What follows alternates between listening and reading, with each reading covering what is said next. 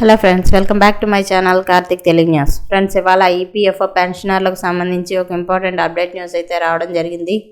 దీని గురించి మరిన్ని విషయాలు ఈ వీడియోలో తెలుసుకుందాం. కేంద్ర ప్రభుత్వ ఉద్యోగులు పెన్షనర్లకు సంబంధించి కీలక పరిణామంగా 8వ కేంద్ర వేతన సంఘంపై కేంద్ర ప్రభుత్వం తాజా వివరాలను పార్లమెంట్లో వెల్లడించింది. మినిస్ట్రీ ఆఫ్ ఫైనాన్స్ తరపున లోక్సభకు ఇచ్చిన లిఖితపూర్వక సమాధానంలో సహాయ మంత్రి పంకజ్ చౌదరి ఈ కమిషన్ ఏర్పాటుకు సంబంధించిన ముఖ్య అంశాలను వివరించారు.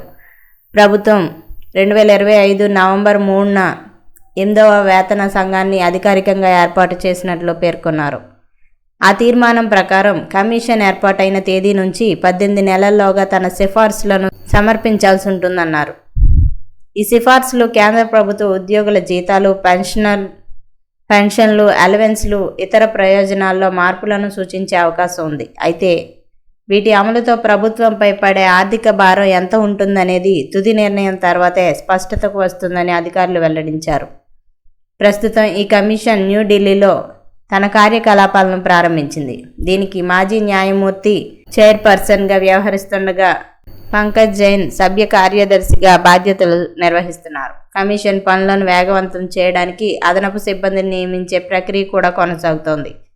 ఇక ప్రజల అభిప్రాయాలను సేకరించే ప్రక్రియలో భాగంగా 18 సూత్రాల ప్రశ్నావళికి స్పందనలు సమర్పించేందుకు గడువును ప్రభుత్వం పొడిగించింది.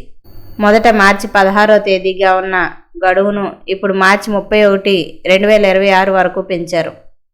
అన్ని సూచనలు తప్పనిసరిగా మై గవర్నమెంట్ పోర్టల్ ద్వారానే సమర్పించాల్సి ఉంటుందని ప్రభుత్వం స్పష్టం చేసింది.